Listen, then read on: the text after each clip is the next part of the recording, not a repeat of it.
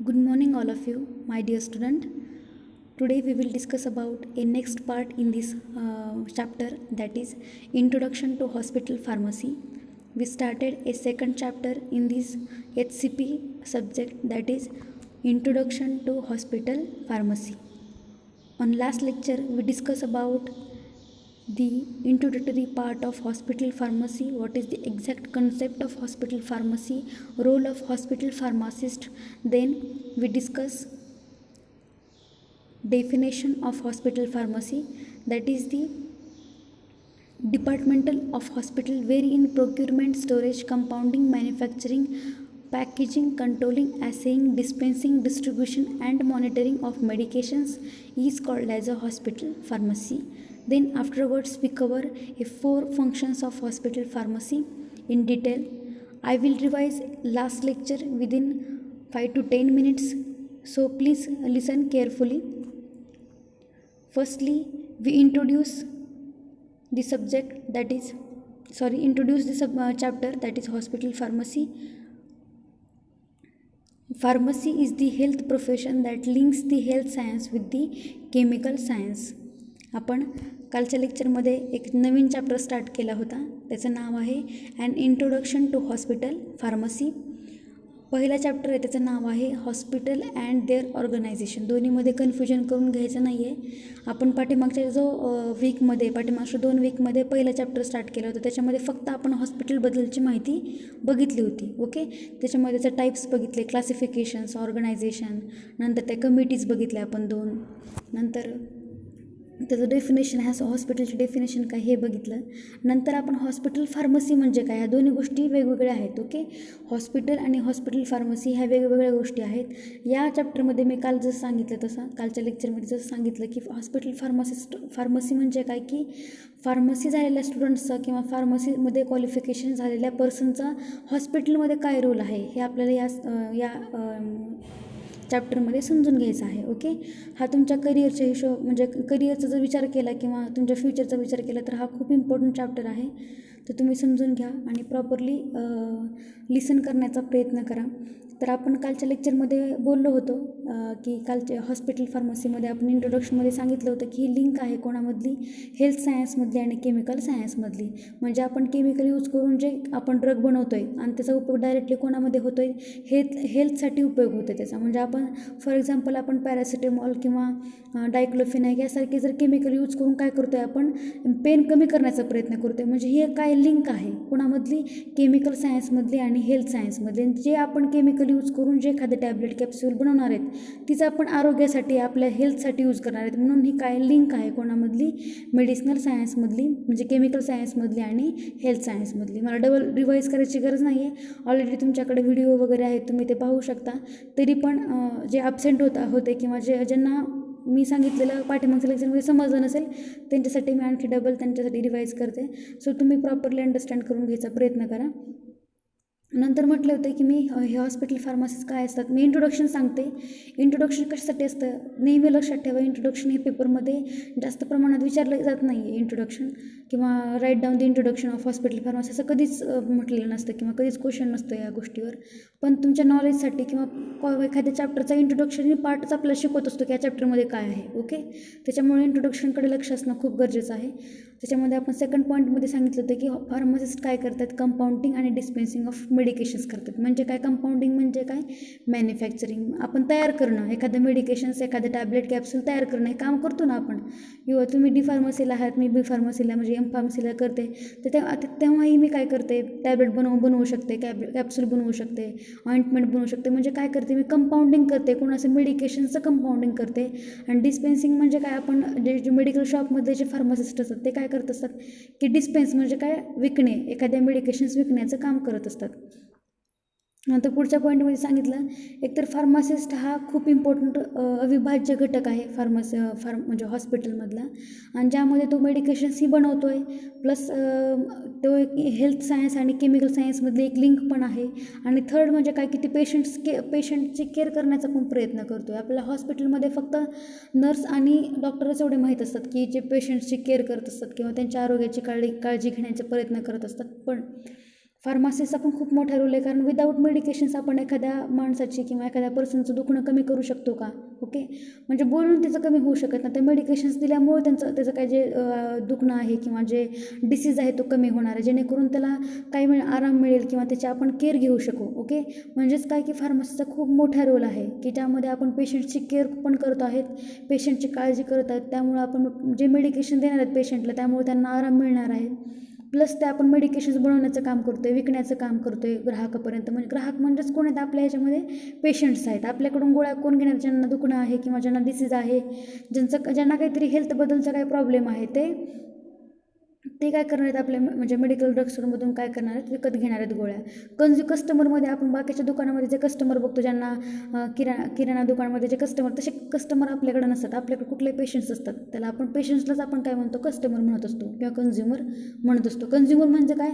जो कन्झ्युम करतो, एखादे मटेरियल घेतोय त्याला काय म्हणतो आपण? कन्झ्युमर असं म्हणत असतो. प्रत्येक शब्दाचा अर्थ असतो, प्रत्येक वर्डिंगचा अर्थ वेगळा असतो. तर तुम्ही डिक्शनरी, मी पहिल्यापासूनच म्हणते की तुम्ही डिक्शनरी यूज करा, कारण बऱ्याच जणांची इंग्लिश तुमचंच काय आहे, मी ओपनली सांगते, आम्हाला सुद्धा बी फार्मसी लास्ट इयरपर्यंत सुद्धा आमचे कन्सेप्ट किंवा बऱ्याचशा वर्डिंगमध्ये आम्हाला कन्फ्युजन व्हायचं, म्हणजे प्रोनाऊन्सिएशन चांगलं येत नव्हतं, प्लस इंग्लिश पण फास्टली आम्ही बोलू शकत नव्हतो. आणि आताही थोडंसं होतं, पण कसं तुम्ही रिवाईज केलं, प्रॅक्टिस केलं, असं नाही समजायचं की बाबा आपण आपलं येतच नाही किंवा काय. मी अगोदरच म्हणते की आपला पॉझिटिव्ह माइंड असला पाहिजे शिकायच्या अगोदर. आणि असंही वाटत असेल तर मला मॅडम खूप लेक्चरमध्ये खूप बोलतात किंवा खूपच असं वाटत असेल तुम्हाला मी एक्स्ट्रा सांगण्याचा प्रयत्न करते, पण हे तुमच्यासाठीच आहे. कारण जेवढं तुम्हाला लेक्चर ऐकत जेवढं मोटिवेशनल बोलाल किंवा जेवढं पॉझिटिव्हिटीनं बोलेन मी तुम्हाला, तेवढं तुम्हाला ते ग्रास्पिंग पॉवर तुमची वाढेल आणि एक रिलॅक्स माइंड राहील तुमचा. त्याच्यामुळं तसेही तुम्ही काय घरी आहे, त्याच्यामुळं जास्त समजून सांगण्याची गरज नाही किंवा स्ट्रेस नाही असतं तुमच्या डोक्यावर. त्यामुळे जेवढं ॲज कॉन्सन्ट्रेशन तुम्हाला अभ्यासाकडे देणं होईल तेवढं देण्याचा प्रयत्न करा. नंतर आपण हे झालं होतं आपलं पुढं सांगितलं होतं डेफिनेशन्स, त्याची आपण एक्सप्लेन केली होती हॉस्पिटल फार्मसीची. ओके, फार्मसीची डेफिनेशन वेगळी आहे, हॉस्पिटल फार्मसीची डेफिनेशन वेगळी आहे आणि म्हणजे नंतर पुन्हा फक्त सिम्पल हॉस्पिटलची डेफिनेशन वेगळी आहे. त्यामुळे तिन्हीमध्ये कन्फ्युजन करून घ्यायचं नाही. कन्फ्युजन हे असा पार्ट आहे की तुम्हाला येत असताना सुद्धा एखादी गोष्ट तुम्ही लिहू शकत नाही. त्यामुळं कन्फ्युजन होण्याच्या अगोदर किंवा कन्फ्युजन झाला असाल तर कसं क्लिअर होईल याचा प्रयत्न करा. मॅडमशी म्हणजे पर्टिक्युलर सब्जेक्ट टीचरशी बोला किंवा डिफरंट बुक्स रेफर करू शकता. नेट आहे तुमचं किंवा डिफरंट यूट्यूबवर मी सोडले तर दुसरे पण काही ॲनिमेटेड खूप चांगल्या प्रकारचे व्हिडिओ असतात. मी फक्त अशी PPT म्हणजे खूप लेंदी PPT का घेते जास्त लिहिलेली, किंवा मी ॲनिमेटेड फॉर्ममध्ये पण घेऊ शकले असते, हॉस्पिटलचे चित्र वगैरे वगैरे, नर्सेसचं, फार्मासिस्टचं वगैरे घेऊ शकले असते. घेईन मी तुमचे एक्सपेक्टेशन्स असतील तर. पण काय होतं की त्यामुळं तुमचं काय होतं की ते म्हणजे डेफिनेशनकडे किंवा जे रिटर्न नोट्स असतात ते रिटर्न नोट्सकडे तुमचं लक्ष कमी होतं. आणि PPTसोबत मला रिटर्न नोट्स पण तुम्हाला प्रोव्हाइड करायचे आहेत, म्हणजे त्या नोट्स पण असल्या पाहिजे त्या PPTमध्ये लेंदी पण PPT असली पाहिजे, प्लस थोडीशी डेकोरेटिव्ह पण असली पाहिजे, याचा प्रयत्न केला आहे. सो आणखी काय याच्यामध्ये मॉडिफिकेशन्स हवे असतील तर तुम्ही बोलू शकता मला डायरेक्टली. आपण डेफिनेशनमध्ये खूप इम्पॉर्टंट आहे डेफिनेशन, आणखी बघूया. It may also defined as a department of hospital pharmacy. It is an department of hospital where in procurement, storage, compounding, manufacturing, packaging, controlling, assaying, dispensing, distribution and monitoring of medications are performed by legally qualified, personally competent pharmacist. म्हणजे काय, ह्या सगळ्यांचं meaning काल मी already explain केलेलं आहे. खूप मोठी definition वाटते, पण समजून घेतलं ना तुम्ही, हळूहळू सिक्वेन्स लावायच्या. अगोदर काय करणार आहे, आता ही जी फार्मसी आहे ती कोणाचा घटक आहे, कोणाचं डिपार्टमेंट आहे, हे हॉस्पिटलचं डिपार्टमेंट आहे. आपण लास्ट लेक्चरला पण म्हटले होते की हॉस्पिटलच्या ऑर्गनायझेशनमध्ये आपण एक फार्मसी सर्व्हिसेसचं एक कॅटेगरायझेशन बघित होतं ट्री डायग्राममध्ये आहे. सध्या आणखी बुकमध्ये सुद्धा आहे, बुक पण रेफर करा तुम्ही. बुकची वेबसाईट पण तुम्हाला सेंड केलेली आहे मी, त्याद्वारे तुम्ही जाऊन डाउनलोड पण करू शकता. नसेल तर सेकंड इयरच्या मुलांशी कॉन्टॅक्ट करून किंवा एखाद दिवशी जर येणं झालं कॉलेजमध्ये तर कॉलेजमध्ये येऊन जे लोकलचे मुलं वगैरे आहेत त्यांनी येऊन नंतर पुन्हा इथलं लायब्ररीमधून वगैरे घेऊन जाऊ शकता बुक. तुमच्या सेफ्टीने या, सेफ्टीने घेऊन जा, काही प्रॉब्लेम नाही. किंवा काही क्वेरी असतील तर डायरेक्टली तुम्ही आमच्याशी बोलू शकता. जे लोकलचे आहेत, जे लांब राहतात किंवा त्यांना एखाद्या दिवस येणं शक्य झालं उस्मानाबादला तर तुम्ही येऊन इथून बुक पण घेऊन जाऊ शकता. तर आपण याच्यामध्ये डेफिनेशनमध्ये काय सांगितलं, हे डिपार्टमेंट आहे हॉस्पिटलचं, की त्यामध्ये काय होतं आहे की एखादं प्रोक्युरमेंट काय की ड्रग मागवण्याचा प्रयत्न करतात, स्टोअर करण्याचा प्रयत्न करत आहात. नंतर कंपाऊंडिंग म्हणजे काय, मॅन्युफॅक्चरिंग करतात, म्हणजे तयार करण्याचा प्रयत्न करतात एखादं मेडिकेशन्स किंवा एखादे टॅबलेट कॅप्सूल असू द्या, कुठलेही टाईप्स ऑफ मेडिकेशन्स आहेत. ओके, मग सिंगल डोस, मल्टिपल डोस, हे सगळं तुमच्या फार्मास्युटिक्सच्या चॅप्टर म्हणजे सब्जेक्टमध्ये झालेलंच आहे. Compounding, manufacturing. नंतर काय करतो आपण, एखादं मॅन्युफॅक्चर झालं की लगेच काय करतो, पॅकेजिंग करतो आहेच. Okay, strip packaging, blister packaging वगैरे झालं, किंवा ऑइंटमेंटसाठी पण एक फाईल असते बघा, ॲल्युमिनियम फाईल, त्याच्यामध्ये आपण ते ऑइंटमेंट भरतो आणि नंतर सील करतो. ओके, त्यालाच काय म्हणतो आपण, त्या मटेरियलचं पॅकेजिंग करून ठेवणं. नंतर कंट्रोलिंग करणं म्हणजे काय चांगलं रूम टेम्परेचरला किंवा ज्या ठिकाणी मेडिकेशन चांगलं राहू शकेल त्या ठिकाणी कंट्रोल करून ठेवणं. नंतर ॲसेइंग म्हणजेच काय की एखाद्या मटेरियलमध्ये तेवढ्या पर्सेंटेजमध्ये एखादा ड्रग प्रेझेंट आहे की नाही ते ॲसे करणं. खूप मोठा मेथड आहे ते, तुम्हाला डी फार्मसीला ॲसेइंग मेथड नाही आहे, ॲसे मेथड. पण जसं तुम्ही क्वालिफिकेशन घेत चलाल तेव्हा तुम्हाला ॲसे म्हणजे काय वगैरे समजतील. डिस्पेन्सिंग म्हणजे काय, विकणे, तेच ड्रग डिस्ट्रीब्यूट करणे, विकणे. नंतर पुन्हा मॉनिटरिंग करणं म्हणजेच काय की त्या काही दिवसांनी किंवा पेशंट्सला दिल्यानंतर त्यांना इफेक्ट चांगला पडतो आहे की ॲडव्हर्स इफेक्ट किंवा काही नको असलेला इफेक्ट काय पडतो आहे का, हे सगळं काय करणं, चेक करणं म्हणजेच काय मॉनिटरिंग असं म्हणतो. ओके, आणि हे सगळं कोणाशी म्हणजे कोण करू शकतं हे परफॉर्म, तर legally qualified personally competent pharmacist. म्हणजे काय की ज्यांनी फार्मासिस्ट ही पदवी घेतलेली आहे किंवा जे त्यांचं क्वालिफिकेशन फार्मसीमध्ये झालेलं आहे आणि त्यांचं registration pharmacy counselling of India या डिपार्टमेंटमध्ये तुमचं रजिस्ट्रेशन झालेलं आहे ॲज अ फार्मासिस्ट म्हणून, तेच लोक काय करू शकतात की ह्या सगळे जे आपण रोल सांगितले, कंपाऊंडिंग, मॅन्युफॅक्चरिंग, पॅकेजिंग, मग तेच काय करू शकतात की फार्मासिस्ट, हॉस्पिटल फार्मासिस्ट म्हणून काम करू शकतात. ओके, आपण ही डेफिनेशन बघितली होती. नंतर डेफिनेशननंतर आपण बघितलं होतं की फंक्शन्स, त्यातले 4 फंक्शन आपले झाले होते. रिवाईज करायला खूप टाईम लागतो मला पाठीमागच्या लेक्चरला, तर तुमच्यासाठीच आहे, मला रिवाईज करायची गरज नाही, कारण व्हिडिओमध्ये ऑलरेडी तुम्ही डबल बघू शकता व्हिडिओ. पण ॲज अ माझं कम्फर्ट किंवा मला सॅटिस्फिकेशन मिळण्यासाठी प्लस तुम्हालाही सॅटिस्फाय होण्यासाठी मी करते. आणखी तुम्हाला मी म्हणते सतत की तुम्हाला आणखी काही अपेक्षा असतील लेक्चरमधून काय आणखी वेगळं करायचं असेल तर तेही बोलू शकता. फंक्शनमध्ये आपण पहिलं बघितलं होतं dispensing of drug, medications, chemicals and pharmaceutical preparations. म्हणजे काय की फार्मासिस्ट काय करू शकतो, एखादं ड्रग, मेडिकेशन्स, केमिकल विकू शकतो आणि फार्मास्युटिकल प्रिपरेशन्समध्ये सगळे प्रिपरेशन येतात. फार्मास्युटिकल म्हणजे काय की ज्यामध्ये टॅबलेट, कॅप्सूल्स, क्रीम, ऑइंटमेंट, हे सगळ्याच फार्मास्युटिकल प्रिपरेशन आपला टॉपिकच आहे सुटिक्सचा फार्मास्युटिकल प्रिपरेशनमधला. ज्याचं आपण लॅब लेवलला ज्याचं प्रिपरेशन करतो ना तेच फार्मास्युटिकल प्रिपरेशन्स आहेत. ओके, ते सगळे विकण्याचं काम किंवा डिस्पेन्स करण्याचं काम फार्मसीचं असतं, हे एक फंक्शन आहे. दुसरं आहे filling and labelling of drug container. म्हणजे काय, एखाद्या ड्रग कंटेनरला प्रिपेअर झालं की त्यानंतर त्याला लेबलिंग करून ठेवणं. आपण लेबलिंग तुम्हाला माहिती आहे की तो ड्रग म्हणजे ह्याच्यामध्ये काय प्रेझेंट आहे, इन्ग्रेडियंट, अगोदर त्या याचं नाव येतं, कॉलेजचं किंवा त्या इन्स्टिट्यूशनचं नाव येतं. नंतर त्या ऑइंटमेंटचं काही बनवलं आहे, नेमकं कुठलं प्रिपरेशन, ऑइंटमेंट, क्रीम, त्याचं नाव येतं. मग किती बनवलं, किती ग्रॅमचं आहे ते बनवलं त्याचं नाव येतं. नंतर इन्ग्रेडियंट येतं, त्या इन्ग्रेडियंटमध्ये लिस्ट असते, मग त्याच्या इन्ग्रेडियंटच्या समोर त्याची क्वांटिटी पण असते. नंतर स्टोरेज, कुठल्या टेम्परेचरला हे स्टोअर केलं पाहिजे. डायरेक्शन म्हणजे कुठलं एक्सटर्नल यूज आहे की इंटरनल यूज आहे, हे डायरेक्शन असतं. या सगळ्या गोष्टी आपण लेबलिंगमध्ये बघतो. तर दुसरं एक फंक्शन आहे फार्मासिस्टचं, ते आहे labelling of drug container. Third आहे the inspection of all pharmaceutical supplies. आपण ड्रग इन्स्पेक्टर ही एक पदवी बघत असतो, सगळ्यात उच्च पदवी आहे फार्मसीमधली. त्याच्यामध्ये आपण जे मेडिकल ड्रग स्टोअर आहे त्यामध्ये प्रॉपरली मेडिकेशन्स मिळतात का किंवा एक्सपायर डेट संपलेले वगैरे मेडिकेशन्स मिळतात का, ह्या सगळ्या गोष्टी चेक करण्याचं काम कोण करत असतं, इन्स्पेक्टर करत असतं. मग काय, ते इन्स्पेक्टर कोण असतात, त्यांनी पण फार्मसीमध्ये प्रोफेशन, त्याचं म्हणजे फार्मसीमध्येच क्वालिफिकेशन त्यांनी घेतलेलं असतं. मग ते इन्स्पेक्शन करण्याचं पण काम कोणाचं असतं, फार्मसीचं असतं, हॉस्पिटल फार्मसिस्टचं असतं. नंतर फोर्थ बघितलं आपण dispensing of all narcotic drugs and alcohol and the maintenance of perpetual inventory of them. म्हणजेच काय की जे नार्कोटिक ड्रग्स असतात, नार्कोटिक म्हणजे ॲनल्जेसिक ड्रग, आपण इन शॉर्ट ॲनल्जेसिक ड्रग, जे हॅबिट फॉर्मिंग ड्रग असतात की ज्याच्यामुळं नशा वगैरे होत असते, ती खूप लिमिटेडमध्ये यूज होतं आणि आपल्या इंडियामध्ये बॅन आहे, फक्त हेल्थमध्ये किंवा एखाद्या डिसीज कंडिशनमध्ये ते देण्याची परवानगी आहे. तर असे ड्रग डिस्पेन्स पण करण्याचं काम कोण करू शकतं, फार्मासिस्ट करू शकतो, हॉस्पिटल फार्मासिस्ट करू शकतो. फिफ्थ फंक्शन आहे specification of quality of drug, chemicals, antibiotics, biological and pharmaceutical supplies used in the treatment of patients. म्हणजे काय की ड्रगची क्वालिटी आहे की नाही किंवा केमिकलची क्वालिटी आपण कशी क्वालिटी चेक करण्याचे पण डिफरंट ॲसे असतात ते ज्याद्वारे आपण की एखादं मेडिकेशन्स एखादं केमिकल अल्कोहोल किंवा कुठलेही केमिकल असू द्यात ते केमिकल प्रॉपरली काम करतं का किंवा चांगलं आहे का, मग त्यानुसार तुम्ही त्याचं काय करू शकतात क्वालिटी चेक करू शकतात. मग अँटीबायोटिक्सची पण तुम्ही क्वालिटी कशी चेक करणार आहेत, ॲसे मेथड आहेत अँटीबायोटिक्सचे. नंतर तुम्ही एखाद्या पेशंट्सला दिले किंवा ॲनिमल स्टडी पण असते बघा, त्या ॲनिमलला दिल्यानंतर त्याच्यावर काही ॲडव्हर्स इफेक्ट दिसतो का हे चेक करून त्याची क्वालिटी आपण डिसाईड स्पेसिफिक म्हणजे क्वालिटी काय करतो आपण डिसाईड करू शकतो की ह्या पर्टिक्युलर ड्रग हा चांगला क्वालिटीचा आहे की नाही. हे पण ठरवण्याचं काम कोणाचं असतं, फार्मासिस्टचं असतं, हॉस्पिटल फार्मासिस्टचं. ओके. 6th फंक्शन आहे source to get above products. म्हणजे काय की सोर्स म्हणजे काय की जो फार्मासिस्ट असतो तो डिफरंट मेडिकेशन्स प्रोव्हाइड करण्याचं काम करत असतो. मग डिफरंट मेडिकेशन्स प्रोव्हाइड केले तर तो काय त्याला काय मिळेल, एक प्रकारचा सोर्स मिळेल, ह्या प्रोडक्टचा सोर्स मिळेल ज्याच्याकडून काय करेल तो एखादा प्रोडक्ट विकत घेईल आणि विकेल. ओके.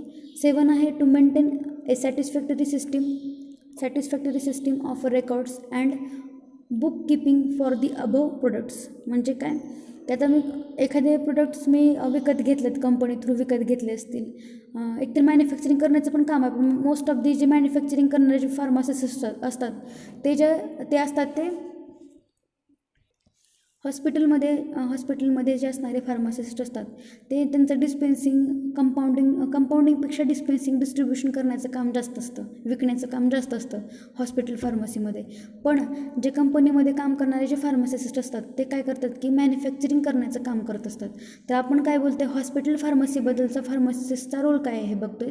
तरी काय म्हणतात की समजा मेडिकल शॉप आपल्या हॉस्पिटलच्या शेजारीच आहे, हॉस्पिटल फार्मासिस्ट म्हणून काम करतोय, तेव्हा आत्तापर्यंत आपण हॉस्पिटलमध्ये किती ड्रग मागवलेत कंपनी थ्रू किंवा किती प्रमाणामध्ये आपल्याकडे साठा आहे मेडिकेशन्सचा, ड्रग्सचा, टॅब्लेटचा, कॅप्सूलचा, ह्या सगळ्या गोष्टींचं बुक किपिंग म्हणजेच काय की एखाद्या आपल्याकडे बुक किपिंग हे पण आपल्या DSBमध्ये बुक किपिंग म्हणजे काय हे पण येणार आहे.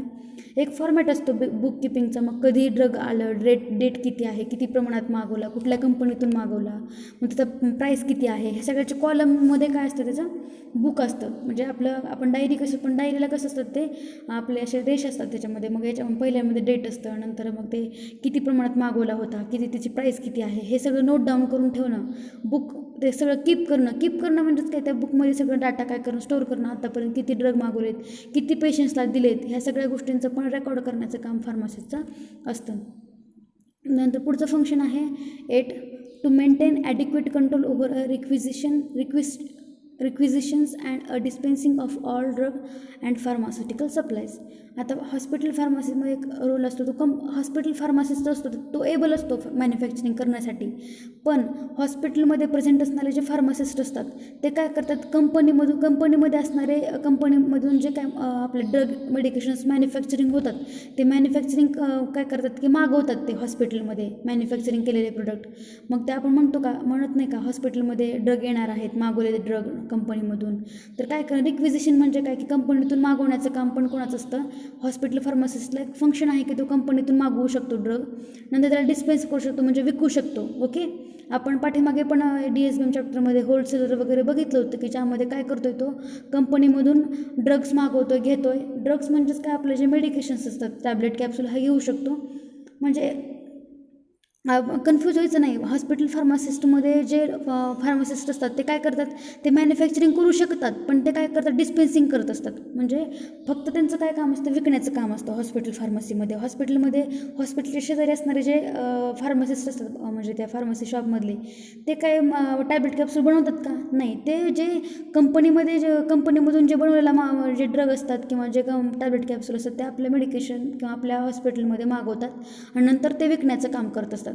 ओके. कन्फ्यूज व्हायचं नाही याच्यामध्ये.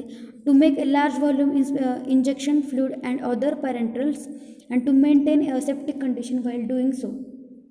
म्हणजेच काय की आता लार्ज व्हॉल्यूम आपण जेव्हा इंजेक्शन वगैरे ते पण आपल्याला बॉक्सेस फॉर्ममध्ये किंवा त्याच्या मोठ्या क्वांटिटीमध्ये आपण कंपनीमधून मागून घेतो फार्मासिस्ट. पण त्याला मेंटेन करण्याचं, कारण हे इंजेक्शन फ्लूइड असतात, त्याला जर थोडं पण इंजेक्शन फ्लूइड हे वॉटरने बनलेले असतात तुमच्या काइंड ऑफ इन्फॉर्मेशनसाठी. तर त्याच्यात जे इंजेक्शन असतात ते इंजेक्शन मोस्ट ऑफ दी वॉटरमध्ये, स्टराईल वॉटरमध्ये किंवा म्हणजे चांगलं प्युअर वॉटरमध्ये बनलेलं असतं. आणि तुम्हाला माहिती आहे ज्या भाज्यांमध्ये किंवा ज्या गोष्टींमध्ये पाणी असतं त्या ठिकाणी मायक्रोबियल ग्रोथ होत असते. माहिती ना तुम्हाला, बुरशी किंवा जे काय फंगाय, जे बॅक्टेरिया वाढवण्याचं प्रमाण असतं ते कोरड्या गोष्टींपेक्षा ओल्या गोष्टींमध्ये जास्त होत असतं. ओके, आपण भाजी वगैरे बघतो, आदल्या दिवशीची भाजी असेल त्याच्यामध्ये पाणी आपण जर टाकलं नसेल तर दुसऱ्या 2-3 दिवसात ती टिकू शकते. पण त्या एखाद्या जर पर्टिक्युलर व्हेजिटेबलमध्ये किंवा भाजीमध्ये जर आपण पाणी जर टाकत असेल तर ते लगेच मायक्रोबियल ग्रोथ होते, कारण पाण्यामुळं बॅक्टेरियाची ग्रोथ वाढत असते. ओके, त्यामुळे जे इंजेक्शन्स असतात ते इंजेक्शन्स पण स्टराईल वॉटरपासून बनलेले असतात. त्यामुळं बॅक्टेरिया वाढण्याची क्षमता त्याच्यामध्ये जास्त असते. त्यामुळे प्रॉपरली स्टोरेज करण्याचं काम कोणाचं असतं? फार्मासिस्टचं असतं, हॉस्पिटल फार्मासिस्टचं. 10 आहे to do in house production of drugs. To do in house production of drugs, the buying of which from the outside sources is not a prudent. म्हणजेच काय की इन हाऊस प्रोडक्शन म्हणजे काय की समजा मी घरच्या घरी एखादं बनवते, म्हणजे एखादं मेडिकेशन बनवते, मी एखादं सिरप घरच्या घरी बनवू शकते, पण घरी जशी क्वालिटी असणार आहे ती खूप पुअर असणार आहे, ज्यामध्ये आपण स्टराईल वॉटर यूज केलेलं नसणार आहे, तिथं धूळ घाण असू शकते घरी, किंवा म्हणजे आपण घरी कसं डस्ट असते, भरपूर अशा गोष्टी असतात जेणेकरून आपलं प्रोडक्ट हे खूप चांगलं राहणार नाही. फार्मसीचं प्रोफेशन असं आहे की तुम्ही जे ड्रग बनवणार आहे ते खूप प्युअर असला पाहिजे, डस्ट प्रूफ असला पाहिजे, मायक्रो ऑर्गॅनिझम त्याच्यामध्ये असले पाहिजे. तसे आपण इव्हॉल्युशन टेस्ट पण घेतलेले असतात. त्याच्यामुळं घरी तयार केलेल्या गोष्टी तुम्ही बाहेर विकू शकत नाही, त्याला ती परवानगी नसते. ओके, त्या गोष्टींना. 11 आहे last, to furnish information concerning medications to physician, नंतर इंटर्न्स अँड नर्सेस. म्हणजेच काय की एखाद्या मेडिकेशनची इन्फॉर्मेशन, समजा आता आपण फार्मसीमध्ये काय करतो की मेडिकेशनचा ऑल ओव्हर स्टडी करतो, त्याच्या मेकॅनिझम ॲक्शनपासून, त्याच्या स्ट्रक्चरपासून, त्याच्या ॲडव्हर्स इफेक्टपासून, यूजपासून, डिसॲडव्हान्टेज ॲडव्हान्टेज सगळ्या गोष्टी आपण ह्या फार्मसी फील्डमध्ये शिकतो. पण नर्स फील्डमध्ये किंवा डॉक्टरेट फील्डमध्ये ह्या अशा गोष्टी किंवा मेडिकेशन्सबद्दल त्यांना इतकं माहिती नसतं. म्हणजे इव्हन नर्सेसला फक्त मेडिकेशन्स द्यायचं आहे एवढंच फक्त माहिती असतं, पण ते मेडिकेशन्स कधी द्यायचं आहे, नेमकं हे जेवणाच्या अगोदर खाल्लं तर बेटर राहील की जेवणाच्या नंतर खाल्लं तर बेटर राहील, ह्या सगळ्या गोष्टी नर्सेसला माहिती नसतात. त्यामुळे फार्मासिस्टचं काम आहे की ती जे ड्रगबद्दलची जी काही इन्फॉर्मेशन आहे ती नर्सेसपर्यंत पोहोचवणं, किंवा जे मेडिकल स्टाफ काम करतो आहे हॉस्पिटलमध्ये त्यांच्यापर्यंत पोहोचवण्याचं काम पण करणं, हे फंक्शन आहे हॉस्पिटल फार्मासिस्टचं. आपला पुढचा पॉईंट आहे, आतापर्यंत आपलं फंक्शन झालं होतं. पुढचा पॉईंट आहे ऑब्जेक्टिव्ज ऑफ हॉस्पिटल फार्मसी.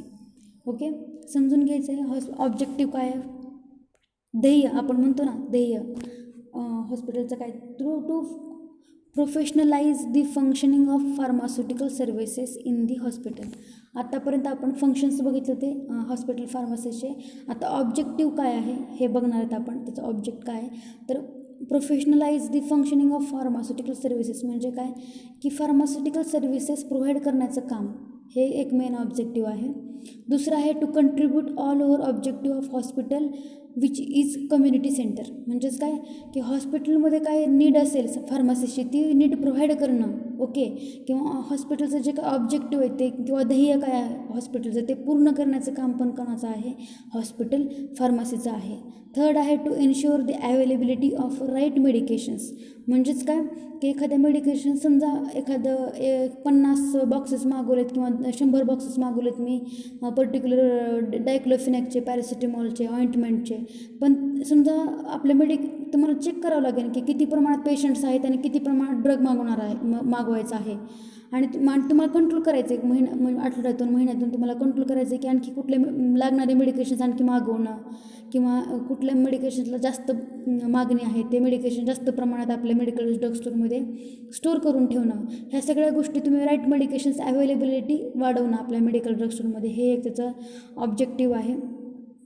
म्हणजे दुसरं आहे की राईट टाईमला, म्हणजेच काय right medication at right time in a right dose. म्हणजे काय प्रॉपर डोसमध्ये प्रॉपर टाईममध्ये राईट मेडिकेशन्स देणं, हे पण कोणाचं ऑब्जेक्टिव्ह आहे, हॉस्पिटल फार्मसीचं ऑब्जेक्टिव्ह आहे. नंतर पुढचा ऑब्जेक्ट आहे to take open itself the function of material management, purchase, storage, inventory control and the flawless drug distribution system. म्हणजेच काय, प्रॉपर फंक्शनिंग, म्हणजेच त्याच्यामध्ये फंक्शन्स दिलेत की एखादा ड्रग मागवणं, त्याला स्टोअर करून ठेवणं, नंतर त्याचे किती प्रमाणात मागवलं आहे, किती त्याची प्राईस किती होती, काय होती, ते सगळं एखाद्या इन्व्हेंटरी. म्हणजेच काय की आपलं बुक किपिंग आपण बघतो बघा एखाद्या मेडिकल शॉपमध्ये किंवा काय एखादी त्यांच्याकडे डायरी असते एक छोटीशी, त्याच्या प्रिंटेड फॉर्ममध्ये असते ती, की त्यामध्ये किती मागवलं आहे, कोणत्या डेटला मागवलं आहे, मग किती त्याचे किती पैसे झाले, कुठल्या कंपनीतून मागवलं आहे, हे सगळं इन्व्हेंटरीमध्ये असतं. ते पूर्ण रेकॉर्ड मेंटेन करण्याचं पण काम कोणाचं, ऑब्जेक्टिव्ह कोणाचं असतं, हॉस्पिटल फार्मसीचं असतं. नंतर 5वा ऑब्जेक्टिव्ह आहे to serve as a counselling department not only to ultimate user of drug but also a medical staff and nurses staff by updating them on dosage regimen, by giving instruction regarding usage, possible side effect, precautions regarding to foods etc. म्हणजेच काय की पेशंट्सला समजा आपण बघतो की food interaction, drug interactions, म्हणजेच काय हे तुम्हाला या सगळ्या गोष्टी तुम्हाला फार्माकोलॉजीमध्ये येतील. कारण 2 वर्षामध्ये खूप साऱ्या गोष्टी तुम्हाला असल्यामुळे थोडं कन्फ्युजन होईल किंवा खूप वाईड गोष्टी आहे. फार्मसी म्हणजे खूप वाईड म्हणजे मोठी गोष्ट आहे. ओके, वाईड नाही, वाईड, WIDE, वाईड म्हणजे खूप मोठी, म्हणजे खूप सिस्टीम आहे त्याच्यामध्ये. प्रत्येक सब्जेक्टमध्ये काहीतरी वेगळं सांगितलेलं आहे. म्हणजे प्रत्येक सब्जेक्टमध्ये एक वेगळी इन्फॉर्मेशन आहे फार्मसीबद्दलची. सो 2 वर्षामध्ये एवढ्या सगळ्या गोष्टी शिकणं खूप ओव्हर आहे, पण तुम्हाला ते समजून घ्यायचं आहे. ओके, आणि तुम्हाला ॲज अ फार्मासिस्ट म्हणून माहिती असणं पण खूप गरजेचं आहे. मग आपण लास्ट पॉईंट म्हणजे 5th ऑब्जेक्टिव्हमध्ये काय सांगितलं की समजा एखादं फूड इंटरॅक्शन म्हणजे काय की कधी बघतो आपण की आपण एखादी भाजी खाल्ली, नंतर ते एखादा ड्रग घेतलं तर काय होतं की तुम्हाला रॅशेस येतात. रॅशेस म्हणजे काय की तुमच्या स्किनवर काहीतरी फोडं येणं, ते पुन्हा गाठ येणं तयार होणं, किंवा ते म्हणजे रेडनेस होणं, नंतर खाज येणं त्याच्यावर. या सगळ्या गोष्टी काय होतात की म्हणजे काय होतं की फूड आणि ड्रगचं इंटरॅक्शन त्या टायमिंगला होत असतं. म्हणजे आपण ड्रग ॲडमिनिस्ट्रेट केलेलं आहे आणि फूड जे घेतलेलं आहे त्या दोन्हीमध्ये काय होतं की ॲडव्हर्स इफेक्ट दिसून येतात, एकमेकाला ते सूट होत नाहीत. मग तसे ड्रग काय केलं पाहिजे, तुम्ही बाजूला केले पाहिजे आणि ते देताना त्या पेशंटला तुम्ही सांगितलं पाहिजे की तुम्ही हे घेतल्यानंतर फळं खाऊ नका, हे खाऊ नका, किंवा एखादं व्हेजिटेबल ती ह्याच्यासाठी सुटेबल नाही आहे तर हे खाऊ नका. की समजा पण टेट्रासायक्लिन ड्रग आहे, मी फॉर एक्झाम्पल सांगतो, तुम्हाला माहिती असेल नसेल, पण टेट्रासायक्लिन नावाचं जे अँटीबायोटिक आहे ते जर घेतलं आणि नंतर तुम्ही दूध पिलं तर काय होतं की तुमचे जे हे आहेत, तुमचे टीथ आहेत, ते टीथ तुमचे व्हाईटचे ब्राऊन होतात, म्हणजे ब्लॅक ब्राऊन असे दिसतात, किंवा ते पिंक म्हणजे येलो वगैरे होतात त्या मेडिकेशनच्या आणि त्या मिल्कच्या इंटरॅक्शनमुळे. ओके, तर या गोष्टी पण फार्मासिस्टनं इन्स्ट्रक्शन देणं किंवा इन्फॉर्मेशन पेशंट्सपर्यंत पोहोचणं, मग in the form of nurses असू द्यात किंवा in the form of doctor असू द्यात, ते तुम्ही त्यांच्यापर्यंत पोहोचवण्याचं ऑब्जेक्टिव्ह पण तुम्ही घेतलं पाहिजे. पुढचा ऑब्जेक्टिव्ह आहे to act as a data bank on the drug utilisation. म्हणजे काय, किती डाटा, म्हणजे ड्रगबद्दलचा खूप डाटा आजकाल तुम्ही ह्याच्यामध्ये बघता बघा, मेडिकल ड्रग स्टोअरमध्ये की एक लॅपटॉप असतो म्हणजे किंवा PC असतो बघा एका कोपऱ्याला मेडिकल ड्रग स्टोअरमध्ये, त्यामध्ये पूर्ण इन्फॉर्मेशन दिली असते ड्रगची. मग तो कधी घ्यायचा आहे, काय घ्यायचं आहे, ह्या सगळ्या गोष्टी त्याच्यामध्ये असतात. 7 ऑब्जेक्टिव्ह आहे to make hospitals self sufficient in respect of certain critical drugs. म्हणजे काय की आपल्या हॉस्पिटलच्या फार्मसीमध्ये लागणारे तेवढे सगळे मेडिकेशन्स आपल्या मिनिमम म्हणजे मॅक्झिमम क्वांटिटीमध्ये आपल्याकडे असलं पाहिजे. समजा आपल्या हॉस्पिटलची एखाद्या ड्रगबद्दलची 50 क्वांटिटी गरजेची असेल तर तुम्ही 100 मागवणं गरजेचं आहे, कारण एक्स्ट्रा जेवढे असेल त्यावेळी क्रिटिकल कंडिशन येईल. कधी खूप पेशंट्स येऊ शकतात, कधी खूप बरेच पेशंट्सला मेडिकेशन्स कमी पडल्यामुळं काहीतरी वेगळंच इफेक्ट होऊ शकतो. त्यामुळं आपली सेफ्टी म्हणून आपण आपल्या मेडिकल ड्रग स्टोअरमध्ये सफिशियंटली म्हणजे आपल्याकडं मेडिकेशन्स असणं हे खूप गरजेचं आहे. To act as a profit centre and cost centre of the hospital. म्हणजे हे ॲक्ट म्हणजे काय, हे परफॉर्म करतं. मग आता हॉस्पिटलचं तुम्हाला माहिती आहे, भरपूर जणांना फायदा माहिती आहे हॉस्पिटलच्या म्हणजे फार्मसीचा, की हे कुठलं सेंटर आहे, कॉस्टचं पण सेंटर आहे, प्रॉफिट सेंटर पण आहे. प्रॉफिट म्हणजे काय की खूप सारे मेडिकेशनचं आपण मेडिकल ड्रग स्टोअर बघतो की त्याच्यामुळं काय होतं, प्रॉफिट होतं, खूप पैसा कमवतात लोक फार्मसी प्रोफेशनमध्ये मेडिकल ड्रग स्टोअर ओपन करून.